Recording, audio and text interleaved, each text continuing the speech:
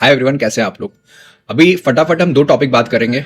एक as usual रहेगा Nifty और बैंक निफ्टी का आज का परफॉर्मेंस कैसा रहा, ट्रेंड कैसा लग रहा है। और दूसरा एक बहुत इंपॉर्टेंट टॉपिक रहने वाला है कि अभी 4 स्टेट और एक यूटी में असेंबली इलेक्शन खत्म हुआ है।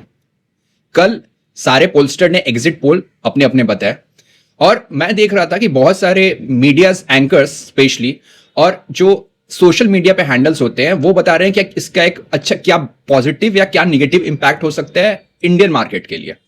तो ये हम डिस्कस करेंगे। और मैं एक चीज बहुत क्लियरली आपको बता रहा हूं, मैं आपसे जो भी बात करूंगा ना रिगार्डिंग इलेक्शन रिजल्ट्स, उसका क्या इंपैक्ट होगा इंडियन मार्केट पे, ये इंपेरिकल डेटा पे रहेगा। मतलब इंपेरिकल डेटा का अर्थ हुआ ना कि मैं आपको अपना व्यू नहीं बताऊंगा। मैं सबसे पहले हम ऑब्जर्व करेंगे कि पिछले असेंबली इलेक्शंस में क्या हुआ है। मतलब जब बीजेपी जीती है या जब अपोजिशन जीता है तो उसका क्या इंपैक्ट पड़ता है। क्या बहुत बड़ा मैसिव मूव आता है निफ्टी में, या फिर अप ट्रेंड शुरू हो जाएगा या डाउन ट्रेंड शुरू हो जाएगा। तो अभी चलो टाइम वेस्ट नहीं करते हैं, सीधे स्क्रीन पे चलते हैं और ये डिस्कस करते हैं। ये निफ्टी का डेगा चार्ट है। तो आज के डिस्कशन से पहले, आज निफ्टी का कैसा मूव रहा उससे पहले हम ये समझने की कोशिश करेंगे बेस्ड ऑन डेटा कि जब भी असेंबली इलेक्शन का रिजल्ट आता है करंट गवर्नमेंट के पर्सपेक्टिव में, पॉजिटिव या निगेटिव, तो निफ्टी या ब्रॉडर मार्केट का कैसा रिएक्शन रहता है। तो इस इलेक्शन से पहले जो रीसेंट इलेक्शन था वो बिहार का इलेक्शन था। बिहार में एनडीए जो गवर्नमेंट है उनको एक मैसिव मैंडेट मिला। ओके, तो हम वो चेक करेंगे कि उस दिन निफ्टी का परफॉर्मेंस क्या था। तो आज देखते हैं। मैंने ना, अगर आप देख रहोगे, जस्ट होल्ड ऑन, ये 14 नवंबर को बिहार का इलेक्शन रिजल्ट आया और उस दिन निफ्टी ने मैसिव 30 पॉइंट की रैली थी। कितना? 30 पॉइंट की रैली आई। कितना होता है परसेंटेज टर्म में? 0.12%। मतलब इतना बड़ा मैंडेट आया एनडीए को और रैली कितने पॉइंट की आई? 0.12% की। ठीक है, अब हम चलते हैं। उसके बाद जो दूसरा इलेक्शन रिजल्ट था वो था दिल्ली का। ठीक है, दिल्ली का रिजल्ट जहां तक मुझे याद है 8 फरवरी को आया था और मार्केट चूंकि उस दिन बंद था तो 10 फरवरी को मार्केट ने रिएक्ट किया उस रिजल्ट पे। और आप देखो उस दिन मार्केट डाउन रहा 0.76%, मतलब 178 पॉइंट निगेटिव रहा मार्केट। ठीक है, एक जगह बीजेपी जीतती है, वहां पे 20 पॉइंट्स का मतलब हाई बनता है, ऊपर क्लोज होता है विज़ावी पिछले ट्रेडिंग डे से। दूसरे जगह दिल्ली में मतलब बहुत दिनों के बाद बीजेपी आती है पावर में और 0.76% का डाउन, मतलब डाउन निफ्टी क्लोज होता है। दूसरा पॉइंट। तीसरा हम जाते हैं, बिकॉज मुझे लगता है ना सबसे ज्यादा जो बात हो रही है वो हो रही है बंगाल इलेक्शन के बारे में। तो बंगाल इलेक्शन हुआ था का जो रिजल्ट आया था दैट इज क्लोज टू 5 मई को आसपास रिजल्ट आया था। 5 मई, if I am not wrong, 5 मई को आया होगा या फिर यस उसी के आसपास आया था। आप देखो 1% के आसपास ही मूवमेंट नहीं है कि उस दिन क्या हुआ था। उस दिन बीजेपी इलेक्शन हार गई थी। ठीक है, उस दिन बीजेपी को हार गई थी और टीएमसी को मैसिव मैंडेट आया था। अभी मैंने पता है आपको ये 3 पॉइंट्स क्यों बताया। 3 पॉइंट्स इसलिए बताया कि जो असेंबली इलेक्शन होता है ना भाई, उसका निफ्टी पे बहुत बहुत छोटा इफेक्ट पड़ता है। अब ये छोटा इफेक्ट क्यों पड़ता है मैं आपको क्लियरली बताता हूं। पहले तो एक हाइप क्रिएट किया जाता है। हाइप क्रिएट कौन करता है? हाइप क्रिएट करते हैं टीवी एंकर्स। क्यों करते हैं? क्योंकि उनको टीआरपी चाहिए, पहला चीज। दूसरा हाइप कौन क्रिएट करता है? दूसरा हाइप क्रिएट करते हैं सोशल मीडिया इन्फ्लुएंसर। ठीक है ना, सबको फॉलोअर्स चाहिए, सबको ट्रैक्शन चाहिए। तो अगर वो जब बताएंगे कि अगर बीजेपी जीत गई तो इतना पॉइंट निफ्टी या सेंसेक्स जा सकता है, या अपोजिशन जीत गया तो इतना क्रैश हो सकता है, तभी तो उनको, मतलब बिकॉज आप कुछ सनसनीखेज बात करोगे तभी तो आपको ट्रैक्शन मिलेगा ना। अगर आप बहुत रैशनल बात करोगे ना, तो मैं आपको लिटरली बता रहा हूं, आपको आप पे कोई ध्यान देने वाली है। वो दूसरा पॉइंट है। और जो इकोसिस्टम अभी बना हुआ है ना हमारे इंडियन मार्केट में, स्पेशली जो ऑप्शन को लेकर बना हुआ है ना, अभी आप देखना ऑप्शंस के 4 तारीख को रिजल्ट आ रहा है ना, अभी आईवीज जो होता है आईवी वो स्वेल कर जाएगा। ठीक है ना, तो क्या है ना कि ये पूरे इकोसिस्टम का घर चलता है इन सब चीजों से, जिसमें कौन कौन है? टीवी एंकर्स है, प्लस सोशल मीडिया के इन्फ्लुएंसर्स है और कुछ ब्रोकरेज हाउसेज रहते हैं। ठीक है, तो उनका घर चल रहा है। तो इसलिए उन्होंने एक हाइप क्रिएट कर दिया है असेंबली इलेक्शन का। असेंबली इलेक्शन का कोई इफेक्ट नहीं पड़ता है ट्रेंड पे। मैं आपको बहुत कैटेगरी और बहुत रिस्पॉन्सिबल होकर यह बात कर रहा हूं। अभी किस इलेक्शन का पड़ता है? इलेक्शन का पड़ता है अगर वो सेंट्रल गवर्नमेंट की इलेक्शन होगी। इसका रीजन ये है कि जो सेंट्रल गवर्नमेंट की जो इलेक्शन होती है ना, उससे जो भी गवर्नमेंट आएगी ना, तो पूरा का पूरा पॉलिसी में ऊपर नीचे हो सकता है। इसलिए आपने देखा होगा कि जब पिछले इलेक्शन रिजल्ट में जब बीजेपी को सीटें घट गई थी तो उस दिन क्या निफ्टी ने क्या जिगजैग रिटर्न दिया था, मतलब जिगजैग मूवमेंट आया था। अप्रॉक्स 10% ऊपर, फिर नीचे आई, फिर ऊपर चली गई, जब लगा कि किसी तरह ये लोग आने वाले हैं सत्ता में। ठीक है ना।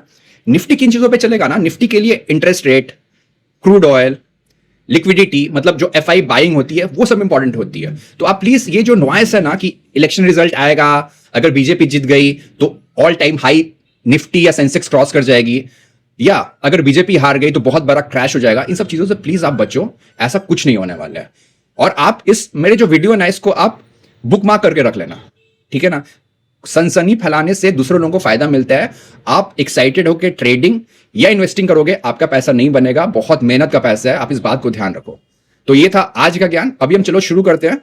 इसके बाद निफ्टी और बैंक निफ्टी का परफॉर्मेंस कैसा रहा।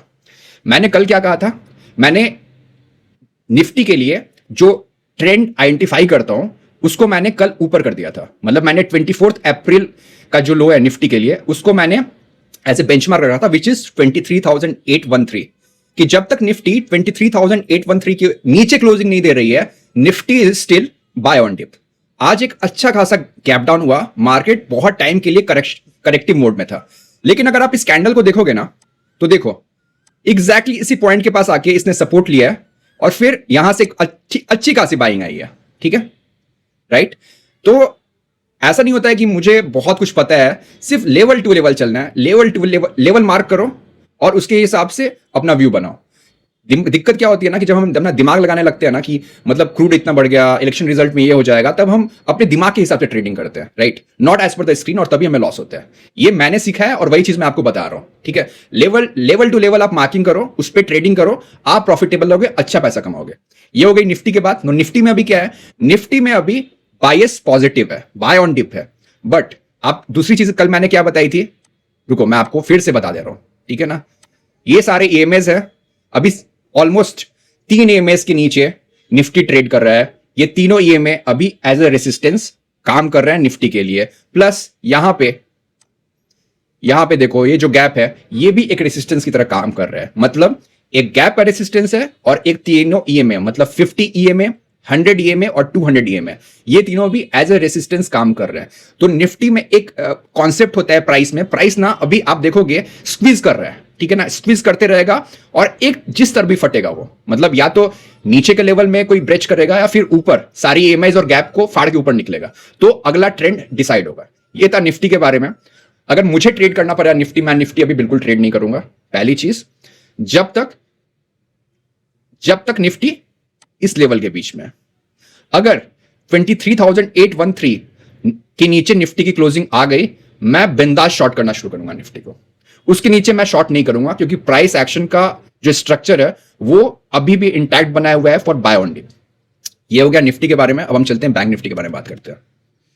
बैंक निफ्टी देखो यार, जस्ट होल्ड ऑन, मैं इसको हटा देता हूं बट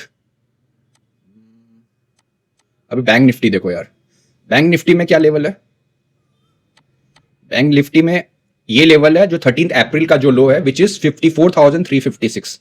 मैं हर एक वीडियो में ये लेवल बताता हूं, अगर आपने ध्यान से देखा होगा एक बार वीडियो तो देखो प्राइस इस लेवल के पास आया और आपको दिख रहा होगा ये जो कैंडल होता है ना, ये बता रहा है कि प्राइस गैप डाउन हुआ, नीचे गया और फिर यहां से बाइंग आई है। किस जोन से बाइंग आई है, जो मैंने जोन आपको बताया हुआ, लेवल बताया हुआ है कि इस जोन के नीचे अगर बैंक निफ्टी क्लोजर दे देता है तो बैंक निफ्टी का ट्रेंड डे चार्ट पे सेल ऑन राइज हो जाएगा, ठीक है।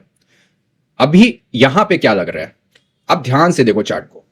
अभी bank Nifty is more weaker as compare to Nifty, दो ये भी बाय ऑन डिप है। रीजन मैं बता रहा हूं। पहला रीजन क्या है कि ये तो चारों ईएमएस के नीचे है, 200 के भी नीचे है, 100 के भी नीचे है, 50 के भी नीचे और 20 के भी नीचे है। That is the first thing.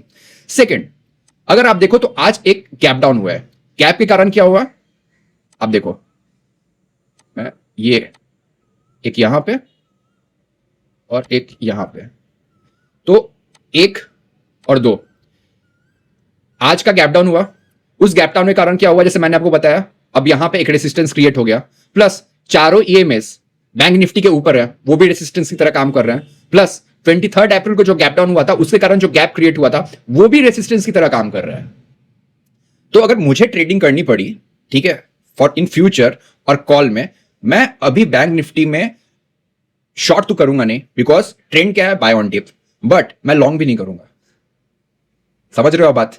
मैं लॉन्ग भी नहीं करूंगा। रीजन ये है कि दो स्ट्रक्चर पॉजिटिव है बट एक मैसिव जोन बना हुआ है ना यार, 4 ईएमएस ऊपर है प्लस 2 कैप फिलिंग बाकी है। तो जब बैंक निफ्टी इतने ज्यादा कंजेशन जोन में, कंजेशन जोन आप समझो मतलब बहुत सारे बैरियर्स है, सप्लाई बहुत ज्यादा है, ठीक है ना। अभी जो आज गैप डाउन हुआ तो आपको क्या लग रहा है, यहां बहुत सारे ऐसे होंगे जो कल बाय करके गए होंगे बैंक निफ्टी को। अभी जैसे ही बैंक निफ्टी वहां पे जाने की कोशिश करेगा ना, वो सारे के सारे लोग अपना माल बेचेंगे, तो फिर क्या आएगा, फिर से प्रेशर आएगा। हमें क्या करना है, हमें अभी बैंक निफ्टी के लिए 2 स्ट्रेटजी बना सकते हैं। पहली स्ट्रेटजी होगी कि अगर 13 अप्रैल के लो के नीचे बैंक निफ्टी में क्लोजिंग आती है तो हम शॉर्ट का ट्रेड करेंगे, या फिर हम प्राइस एक्शन में देखेंगे कि एक अच्छी क्लोजिंग हो जाए चारों ईएमएस के ऊपर और दोनों गैप्स के ऊपर। ठीक है, होप आपको ये वीडियो अच्छा लगा होगा। Bye, take care.